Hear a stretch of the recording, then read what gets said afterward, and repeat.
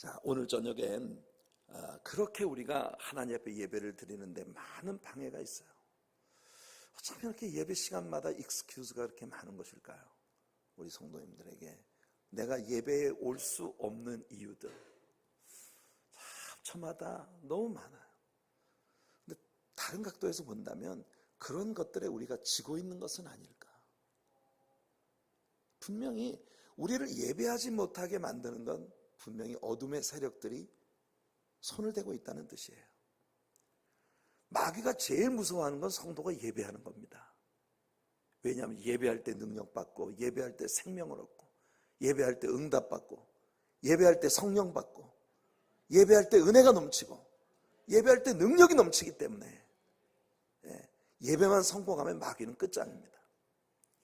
그러니까 이 마귀 새끼들이 어떻게든지 우리 성도님들 예배를 못하게 막으려고 온갖 방해들을 하는 거예요. 오늘 그런 방해를 뚫고 이 저녁에 하나님의 집을 찾아오신 여러분들에게 오늘 밤 하나님께서 큰 은혜를 부으실 줄로 믿습니다. 다니엘서 10장, 다니엘서 10장 10절부터 12절까지, 다니엘서 10장 10절부터 12절까지 말씀을 우리 한번 한 목소리로 읽어보겠습니다. 같이 읽겠습니다. 하나님 한 손이 있어 아직 못 찾으셨어요? 다시 다니엘서 10장 10절부터 12절입니다. 시작. 한 손이 있어 나를 어루만지기로 내가 떨었더니 그가 내 무릎과 손바닥이 땅에 닿게 일으키고 내게 이르되 큰 은총을 받은 사람아 다니엘아 내가 내게 이르는 말을 깨닫고 일어서라 내가 내게 보내심을 받았느니라 하더라. 그가 내게 이 말을 한 후에 내가 떨며 일어서니 그가 내게 이르되 다니엘아 두려워하지 말라 내가 깨달으려 하여 내 하나님 앞에 스스로 겸비하게 하기로 결심하던 첫날부터 내 말이 응답받았으므로 내가 내 말로 말미암아 왔느니라. 아멘. 자, 여기 11절에 보니까 천사가 말이에요 다니엘을 보고 다니엘을 이렇게 부릅니다. 큰 은총을 받은 사람 다니엘아. 큰 은총을 받은 사람 다니엘아. 이 천사가 다니엘을 부르기를 큰 은총을 받은 사람입니다. 자, 따라서 한번 합시다. 하나님의 은총을 크게 받은 사람. 이게 오늘 저녁 저의 설교의 제목입니다. 하나님의 은총을 크게 받은 사람.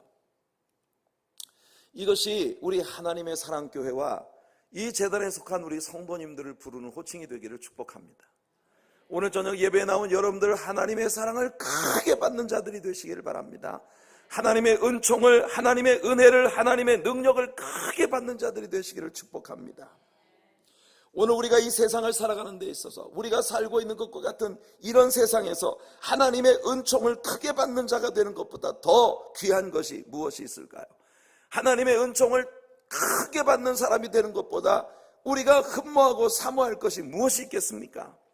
여러분들 세상에 있는 그 무엇보다도 하나님의 은총을 크게 받는 일을 사모하는 성도님들 되시기 바라고, 하나님의 은총을 크게 받을 수 있는 기회가 있다면 절대로 놓치지 않는 우리 성도님들 되시기를 예수님 이름으로 축원해 드립니다.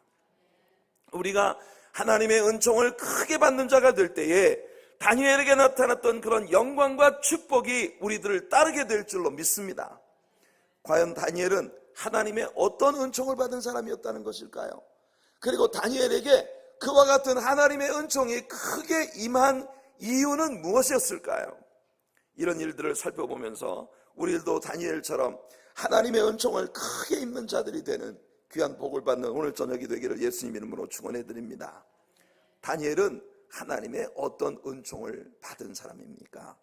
무엇보다도 다니엘이라는 사람은 하나님과의 사귐에 있어서 크나큰 은총을 받은 사람이에요. 세상에서 어떤 복보다도 우리 하나님과 아주 깊고 정말 내면적인 그런 은혜의 관계를 나눌 수 있는 그런 은총을 받은 사람, 그것이 우리들이 되기를 바랍니다. 다니엘에서는 크게 두 부분으로 나눌 수 있습니다.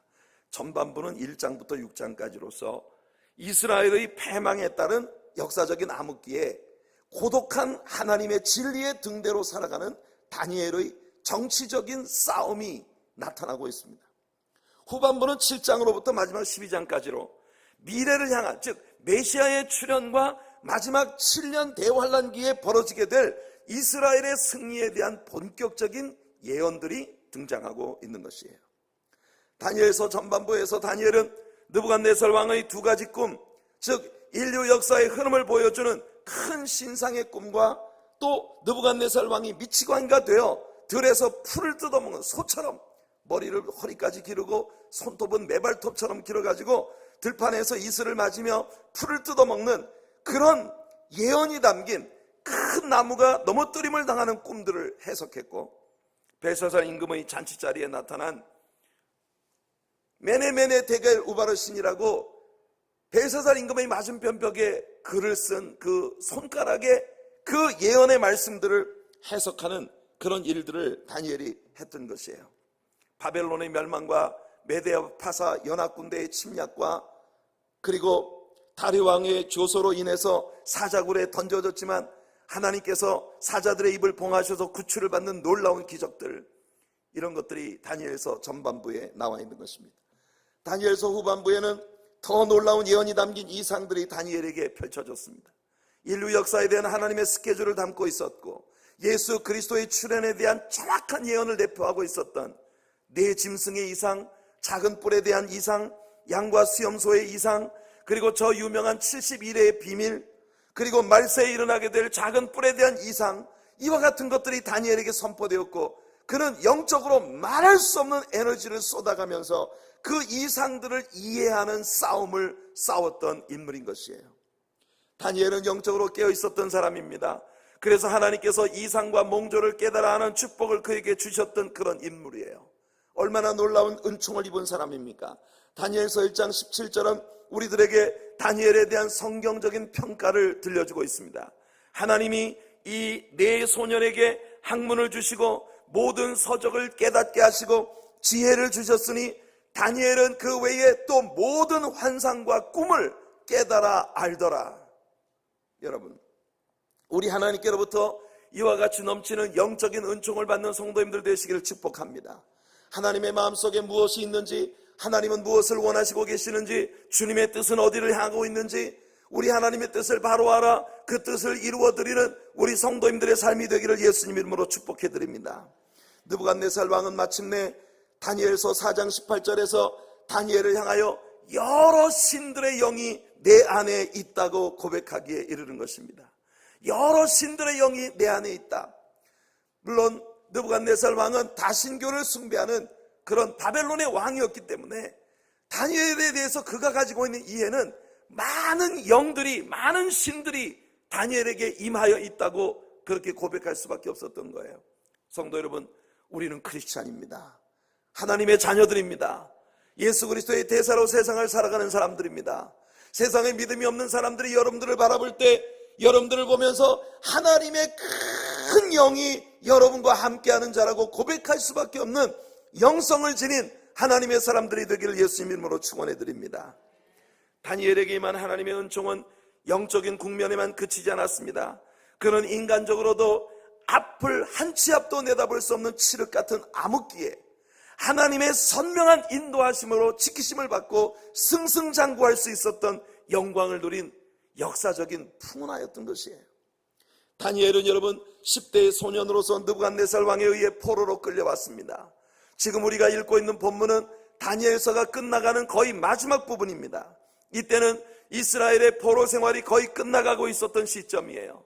느부갓네살은 망하고 그 아들 벨사살 임금이 통치하던 시절이 있었고 그 후에 벨사살 임금이 메데아 파사 연합군대에 의해서 죽임을 당하고 그리고 그 후에 다리오 왕이 통치를 하고 지금은 고레스 왕이 통치를 하고 있는 페르시아 왕국으로 국가가 완전히 뒤바뀌어 있는 그런 상황인 것입니다. 생각해 보세요, 여러분. 다니엘의 삶은 그야말로 파란만장한 삶이었습니다. 그럴 수밖에 없을 거 아니겠습니까? 어린 소년으로 전쟁포로로 끌려갔던 다니엘, 그러나 그는 총기 있고 신앙의 결단과 용기가 충천한 젊은이였습니다.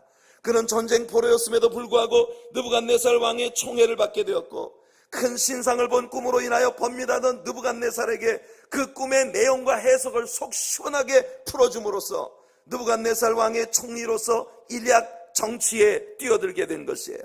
그러나 그는 왕조가 4번이나 바뀌는 파란을 경험해야 했습니다. 왕정 통치 국가에서 한 왕의 충신으로 섬기던 사람이 조정이 바뀌게 되면 제일 먼저 숙청 대상에 오른다는 건 너무나도 분명한 사실이죠. 이렇게 왕조가 4번이나 바뀌는 파란 가운데에서도 다니엘은 그 각각 4왕들의 총애를 받으면서 총리로서의 자리를 지킬 수 있었던 것이에요.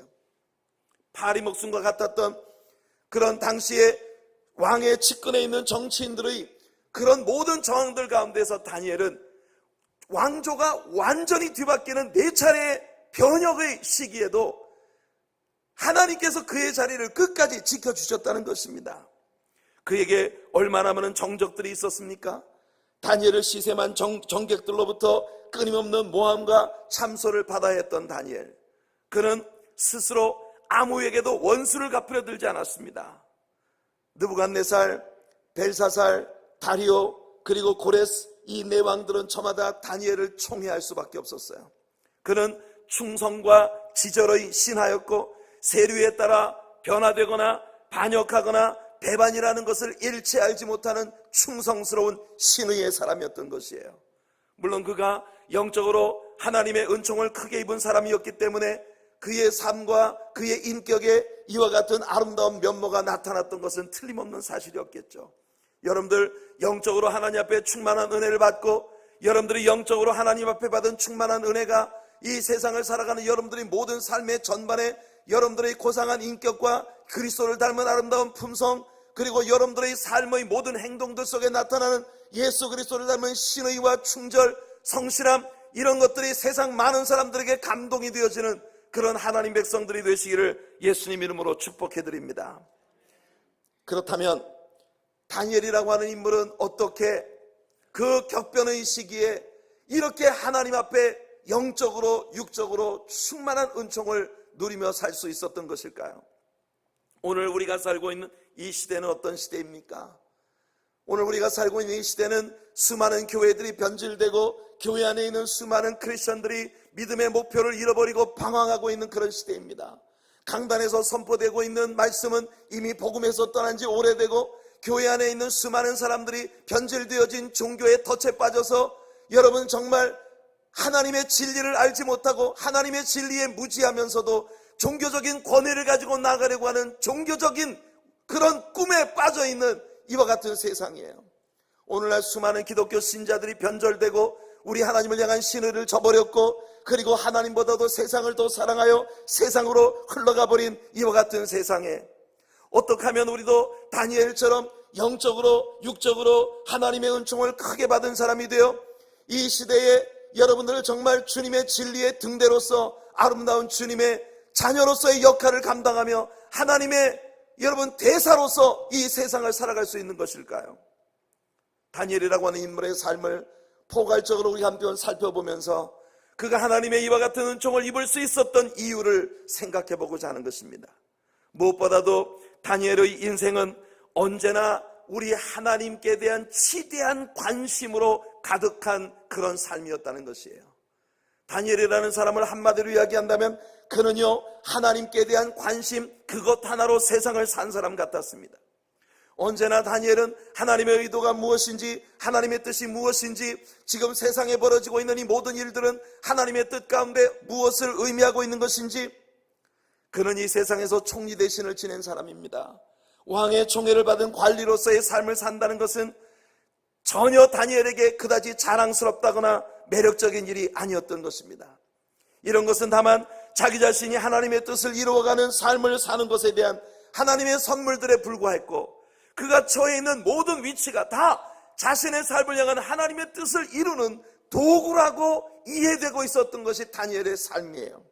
그래서 다니엘은 여러분 결코 사람들과 더불어 치열한 싸움을 싸우며 목표를 이 세상의 출세에 두고 그렇게 살던 인물이 아닙니다.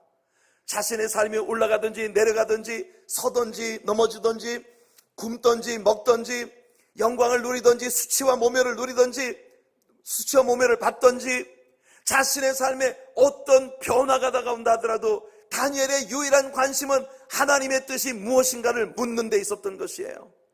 그는 많은 원수들이 달려들어서 그와 더불어 싸우고자 할 때도 절대로 그 사람들과 더불어 싸우려 하지 않았습니다. 그는 오직 하나님께로 나아가 하나님과 더불어 씨름을 했던 것이에요. 굶주린 사자떼들이 그의 곁에서 포효해도 그는 사자들을 자신의 싸움거리로 생각지 않았습니다. 그 밤에도 다만 그는 하나님과 씨름하면 되었던 것이에요. 그는 실로 그의 삶의 승리의 비결을 진실로 아는 사람이었습니다. 여러분들도 이것을 아는 성도님들 되시길 축복합니다. 오늘 본문의 바로 앞부분에 보면 지금도 다니엘은 먹지도 아니하고 마시지도 아니하고 샤워도 하지 아니하고 하나님과 씨름의 국면에 접어들어 있었던 것이에요.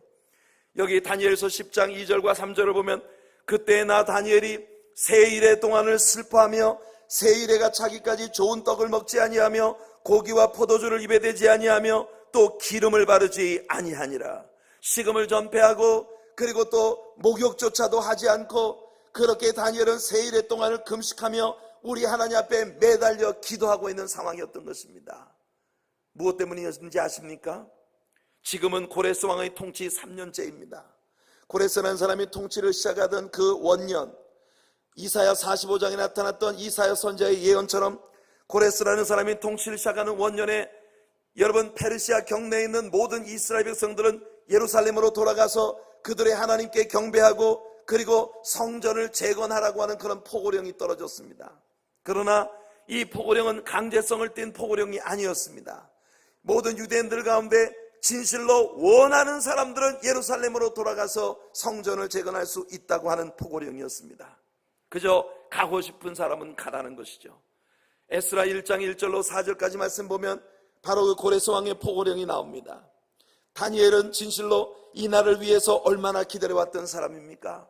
10대의 소년으로 포로로 잡혀와서 지금 90살이 다 되어가는 노인이 될 때까지 다니엘은 오직 이 날만을 기다려왔던 것이에요. 하지만 여러분, 고레스 왕의 포고령이 떨어지고 난 다음 이스라엘 자손들의 반응은 다니엘에게 큰 실망을 가져올 뿐이었습니다. 왜냐하면 5만 명도 채 못 미치는 극히 적은 숫자의 사람들만이 이 고레스 왕의 포고령에 의해 예루살렘으로 돌아가기로 결정을 했기 때문입니다. 벌써 고레스 왕의 포고령이 떨어지고 2년이 지났는데도 불구하고 아직도 다니엘이 그토록 고대하던 예루살렘의 회복이 눈에 띄게 보이지 않자 다니엘은 다시금 하나님과 씨름의 자리로 나아간 것이에요. 하나님은 많은 때에 우리들을 하나님 자신과 고독한 싸움의 자리로 부르십니다. 8절을 보시면 다니엘은 홀로 하나님 앞에 서 있습니다. 나만 홀로 있어서 이 큰 환상을 볼 때에 여러분, 성경 가운데 하나님께 쓰임받았던 많은 사람들이 그를 둘러싸고 있었던 모든 것들로부터 동떨어진 그런 홀로 된 자리에 하나님을 만나야만 했었습니다. 아브라함을 보세요. 갈대아 우르에서 하나님은 그를 불러내셨습니다. 본토와 친척과 아비 집을 떠나 그리고 하나님께서 혼자 따로 나를 좀 보자는 그런 말씀을 아브라함에게 주신 것이었던 거예요. 그가 정말 완전히 혼자가 되어 광야에 남을 때까지 우리 하나님은 기다리신 것입니다. 그리고 그가 하나님 옆에 진실로 혼자 되어 남아있을 때 하나님은 그에게 축복하셨습니다. 모세는 미디안의 광야에 홀로 남았습니다. 거기 불타는 떨기나무 앞에서 그는 홀로 하나님을 대면하였고 거기에서 그의 삶에 남은 모든 생애를 하나님 앞에 송두리째 바칠 수 있는 소명을 하나님께 받았던 것이에요. 엘리야도 그리 시내가에서 홀로 훈련을 받아야 했고 예레미야도 홀로 고독한 길을 걸어 돌에 맞고 감옥에 갇히는 어려운 삶을 살아야 했습니다. 세례 요한도 홀로 광야에 나가 거하면서 오직 하나님과 대면하는 시간을 보내야 했고 바울도 2년여 동안을 사막에서 홀로 지내야만 했습니다. 그러나 바로 그와 같은 시간들이 이 모든 믿음의 사람들을 하나님께서 훈련시키실 수 있는 절호의 기회였고 하나님을 개인적으로 만날 수 있는 절호의 기회가 되었던 것입니다. 요한도 반모섬에 유배되어 홀로 있어야 했습니다. 그러나 거기에서 바로 예수님이 요한과 함께 하셨고 거기에서 놀라운 요한계시록의 계시들을 하나님께 받을 수 있었던 것이에요. 성도 여러분, 다니엘은 홀로 하나님 앞으로 나아갔습니다. 이것이 오늘 저녁 여기 있는 여러분들의 모습이 되기를 예수님 이름으로 축원해 드립니다. 여러분들에게 물질적인 문제가 있을 수 있습니다. 가정의 문제가 있을 수 있습니다. 여러분 주변 둘러싼 사람들로부터 다가오는 많은 고민과 갈등들이 있을 수 있습니다.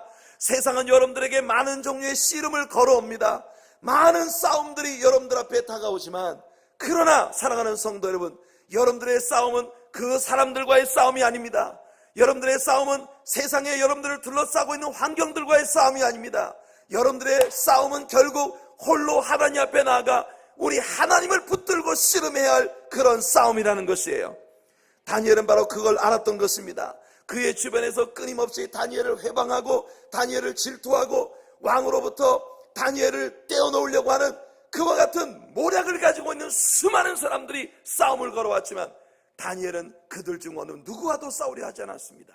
왕 앞에 자신이 총애를 받고 있다는 위치를 이용해서 왕 앞에 나아가 다른 사람을 모함하려고도 하지 않았습니다. 다른 사람들이 다니엘을 방해할 때 똑같은 책략과 술책으로 대처하지 않았습니다. 다니엘은 매번 하나님께로 나아갔습니다. 하나님께 기도했습니다. 하나님 앞에 씨름했습니다. 성도 여러분, 여러분들도 바로 우리 하나님과 더불어 씨름하는 성도님들 되시기를 바랍니다.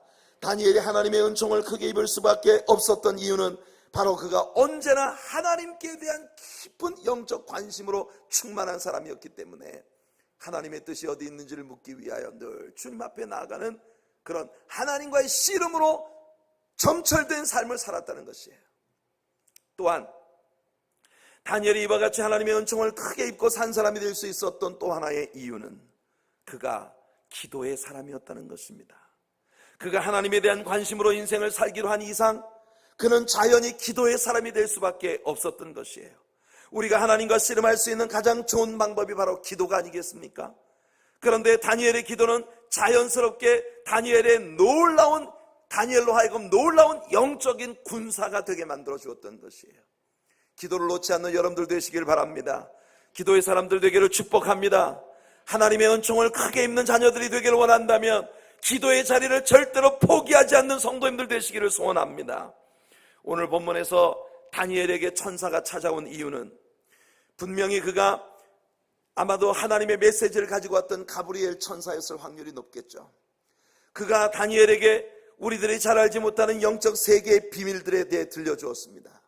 흥미로운 사실은 다니엘이 금식 기도를 시작했던 그 첫날에 하나님은 벌써 그에게 응답을 주셨다는 것이에요.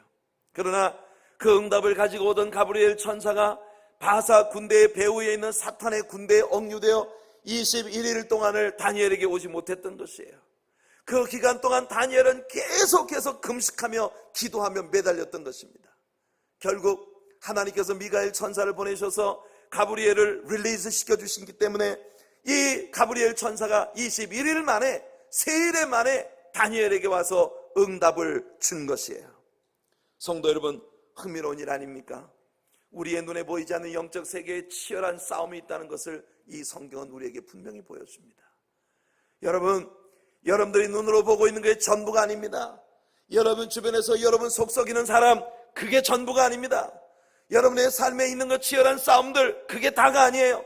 물질 문제, 그거 다 아닙니다. 건강 문제, 그게 다가 아닙니다. 남편이 속썩이고, 아내가 속썩이고, 자식이 속썩이고, 교회 생활에서 힘겹고, 혼자 무거운 짐 다 짊어지고 사는 것 같고, 고독하고 외롭고, 인간적인 많은 문제들이 여러분들 둘러싸고 있지만 그게 싸움의 본질이 아니라는 것입니다. 여러분, 진정한 싸움의 본질은 여러분, 우리들의 눈에 보이지 않는 영적인 세계의 사탄이 여러분들을 방해하고 있는 그 엄청난 싸움이 우리가 눈으로 보는 것들의 배후에 있다는 것이에요. 그리고 그 전쟁을 궁극적으로 승리로 가져올 수 있는 유일한 방편이 바로 기도라는 것입니다. 기도 때문에 응답이 왔고, 기도 때문에 가브리엘이 놓여놨고, 여러분 다니엘은 결국 기도로 승리한 사람이 된 것이에요. 바울도 우리가 이 영적 존재들과 더불어 싸우는 군사들이라는 사실을 분명히 지적하고 있습니다. 에베소 6장 11절과 12절에 말하기를 마귀의 간계를 능히 대적하기 위하여 하나님의 전신갑주를 입으라. 우리의 씨름은 혈과 육을 상대하는 것이 아니요 통치자들과 권세자들과 이 어둠의 세상 주관자들과 하늘에 있는 악한 영들을 상대하는 것이라 했습니다. 이게 우리의 싸움의 본질이에요.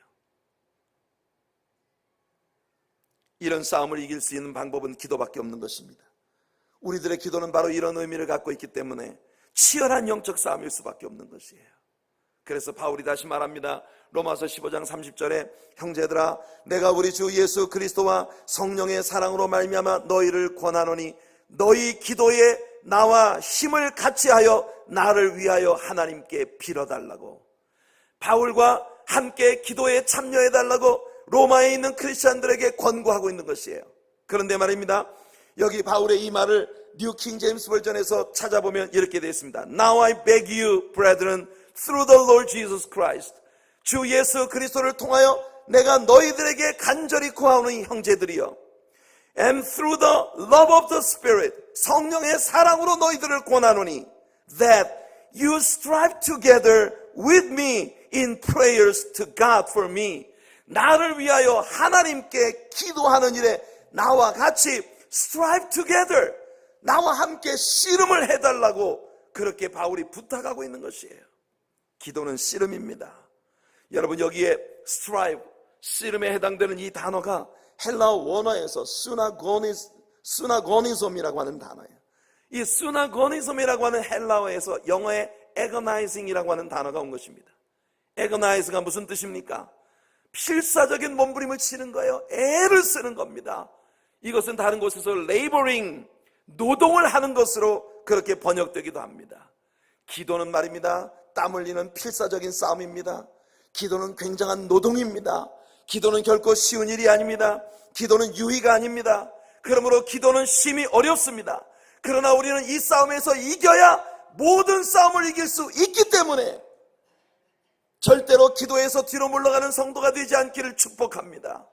절대로 기도를 포기하지 않는 성도님들 되기를 소원합니다. 오늘 본문을 보면 가브리엘 천사가 억류되어 있을 때 하나님께서 군장 미가엘을 보내주셔서 미가엘은 싸움에서 승리하여 가브리엘 천사를 풀어주었습니다. 이 치열한 영적 싸움을 돋운 것이 누굽니까? 저는 그것이 바로 21일 동안 계속되었던 다니엘의 금식 기도였다고 믿습니다. 그러므로 우리는 따지고 보면 영적 전사들입니다. 분명히 이 치열한 하늘의 전쟁은 우리 눈에 보이지 않지만 지금도 공중에서 치열하게 벌어지고 있는 것이에요.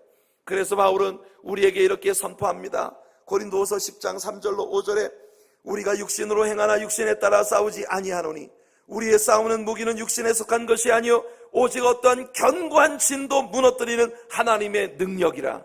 모든 이론을 무너뜨리며 하나님 아는 것을 대적하여 높아진 것을 다 무너뜨리고 모든 생각을 사로잡아 그리스도에게 복종하게 하니.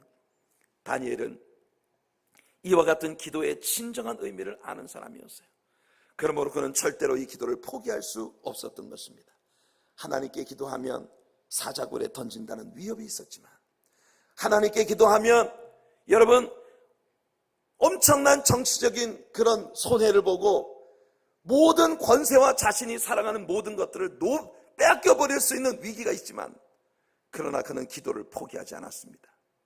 성도 여러분, 다니엘은 하나님 편이었던 것이에요.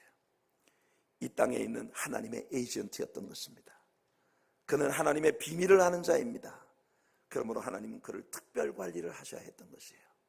그래서 다니엘은 하나님의 은총을 크게 입은 사람이 될 수밖에 없었던 것입니다. 세 번째로 그가 하나님의 은총을 입을 수밖에 없었던 다른 이유는 뭡니까? 그는요, 언제나 스스로를 겸손히 낮추고 오직 하나님의 힘으로 사는 사람이었습니다. 하나님의 은총을 크게 입는 사람은 누구냐? 겸손히 나를 낮추고 오직 하나님의 힘으로 사는 사람이에요. 여러분들 모두가 오직 하나님의 힘으로 사는 사람이 되기를 축복합니다. 오늘 본문 12절을 보면 하나님은 다니엘이 금식 기도를 시작하던 순간을 말입니다, 스스로를 겸비하게 하기로 뜻을 정하던 날이라고 해석하셨습니다. 여러분들 하나님 앞에 기도하는 제단에 엎드린다는 건 여러분 스스로를 겸비하게 하고 오직 하나님의 힘을 의지하기로 뜻을 정하는 것이에요. 그래서 하나님이 기도를 귀히 여기시는 것입니다. 오늘 본문 마지막 구절들을 보시면 다니엘은 몸에서 기운이 완전히 빠져나가고 기진맥진해 있는 모습을 보여줍니다. 기도는 참으로 많은 에너지를 요구하는 것이에요. 사람마다 하나님께서 주신 특별한 은사들이 있습니다만 여러분, 정말 제게 있어서는 기도가 제일 힘든 부분 중에 하나인 것 같아요. 여러분, 저는요 며칠 밤을 지새면서 성경을 공부하라고 하면 너무너무 행복해요. 근데 기도의 재단에 나아가는 것은 제게 있어서 정말 어렵습니다. 늘 많은 씨름을 싸워야 하는 것이에요. 여러분, 그러나 제가 발견하는 것은 하나님께서 그렇게 힘겹게 기도의 싸움을 싸우지만 저의 기도를 정말 잘 들어주신다는 겁니다. 믿습니까, 여러분? 여러분들도 기도의 사람이 되시기를 바랍니다. 기도는 신앙생활의 어떤 국면보다도 쉽지 않은 부분이에요. 그러나 이 부분을 포기하지 않아야 합니다. 기도한다는 건 뭐냐? 내가 하나님의 도움 없이는 살 수 없는 존재라는 걸 고백하는 것입니다. 기도 없이는 우리가 신앙생활을 할 수 없어요. 다니엘도 놀라운 기도의 사람이었지만 21일 동안을 계속 이 치열한 영적 싸움을 싸울 때 기진맥진해 있었던 것이에요. 그러나 오늘 본문의 다음에 이어지는 말씀들을 보면 우리 하나님께서 다니엘을 강건케 해주시는 모습을 봅니다. 다니엘서 10장 18절과 19절을 보면 또 사람의 모양 같은 것 하나가 나를 만지며 나를 강건하게 하여 이르되 큰 은총을 받은 사람이여 두려워하지 말라. 평안하라, 강건하라, 강건하라. 그가 이같이 내게 말하며 내가 곧 힘이 나서 이르되 내 주께서 나를 강건하게 하셨사오니 말씀하옵소서. 21일 동안의 치열한 영적 싸움으로 완전히 기진맥진해서 천사가 가지고 온 하나님의 메시지를 들을 힘조차 없었던 다니엘에게 그렇게 다니엘이 자신을 처절히 낮추고 하나님의 도우심을 구할 때 하나님께서 천사를 보내사 손을 내밀어 그를 만지시며 그에게 하나님의 메시지를 들을 수 있는 강건한 힘을 허락해 주시더라는 것입니다. 성도 여러분, 기도로 사는 저와 여러분들이 되기를 바랍니다. 신앙생활은 우리에게 많은 에너지를 요구하는 일이에요. 이 각오가 없으면 우리는 정말 좋은 신자가 될 수 없습니다. 여러분, 좋은 신앙인이 되는 건 절대 우연히 되는 일이 아니에요. 뭐 이렇게 그냥저냥 살다 보면 어쩌다 되겠지? 신앙생활에 있어서 좋은 신자가 되는 것은요, 치열한 싸움을 필요하는 것입니다. 진짜 여러분, 많은 불편한 일들을 참아낼 수 있는 일은요, 굉장한 에너지가 필요한 일이에요. 우리가 화가 날 때 화를 발컥 내는 건 제일 쉬운 방법입니다. 그러나 화가 나는 걸 끝까지 참는 게 굉장한 에너지를 필요로 하는 일이에요. 여러분, 사람들 앞에서 나를 내세우고 이렇게 하는 건 쉬운 일이에요. 사람들이 나를 짓밟고 멸시할 때 예수님의 마음으로 사람들 앞에서 낮아지고 짓밟힘을 당하는데 참는 것은 굉장한 에너지를 필요로 하는 일입니다. 우리 신앙에서 우리 자신을 낮추는데 여러분, 사람들은 그렇게 생각해요. 높은 곳에 올라가는데 에너지가 필요하다고 생각하지만 사실은요, 내 하고 싶은 대로 하는 건 쉬운 일, 제일 쉬운 일이에요. 그러나 내 뜻을 다 버리고 하나님의 뜻에 순복하며 더 낮은 곳으로 낮아지는 일은 굉장한 에너지를 필요하는 일입니다. 여러분, 하나님께서 여러분 자신은 스스로를 낮추고 하나님께서 여러분들을 강하게 하셔서 여러분들을 세워주시는 은혜가 여러분들의 신앙생활에 함께하기를 축복합니다. 마지막으로 하나만 더 이야기할게요.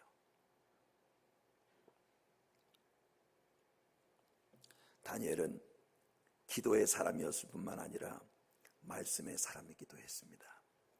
다니엘이 이같이 하나님의 뜻을 알고자 하는데 모든 삶의 에너지를 쏟는 기도의 사람이 되었던 것은 분명히 이유가 있습니다. 그가 하나님의 말씀을 열심히 읽고 공부하다 보니까 말씀 속에서 하나님이 선포하신 것이 지금 코앞에다 가봤다는 사실을 알게 된 거예요. 그래서 그것을 위하여 다니엘은 더 기도하며 하나님께 나아갔던 것입니다. 여러분들이 그 앞장에 다니엘서 9장 2절과 3절을 보시면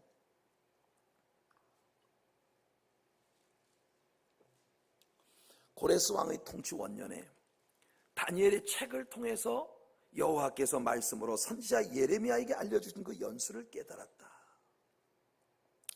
예레미야가 예언한 바 이스라엘 백성들의 바벨론 포로 생활은 70년에 이르게 될 것이라고, 70년 만에 하나님께서 그들을 포로 생활로부터 돌이켜 예루살렘으로 돌아오게 하실 것이라는 예언을 주셨던 것이에요. 그런데 고레스 왕이 왕위에 오르면서 그의 통치 원년에 모든 유다 백성들은 예루살렘으로 돌아가라는 포고령을 내린 것입니다. 여러분, 다니엘은 10대의 소년으로서 바벨론으로 잡혀왔습니다.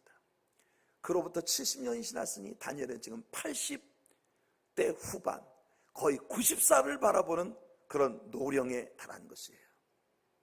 그런 다니엘이 하나님의 말씀을 열심히 공부했기 때문에 말씀 속에서 하나님의 뜻을 발견하여 그 뜻의 성취를 위하여 하나님 앞에 엎드리는 기도의 사람이 되었던 것입니다.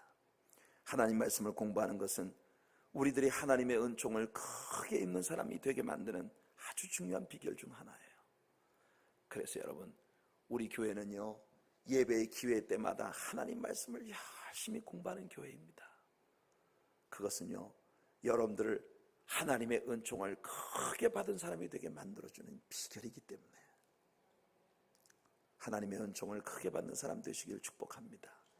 첫째는 하나님의 뜻이 어디 있는지 그 뜻을 찾기 위한 하나님과의 씨름에 모든 것을 거는 사람. 둘째는 기도의 사람이 되는 것. 세 번째는 겸손히 자신을 낮추고 주님의 뜻의 성취를 바라보는 사람. 마지막 네 번째는 열심히 말씀을 공부하고 말씀에 심취하여 말씀 속에 반영되어진 하나님의 뜻을 이루기 위하여 주님 앞에 나아가는 사람.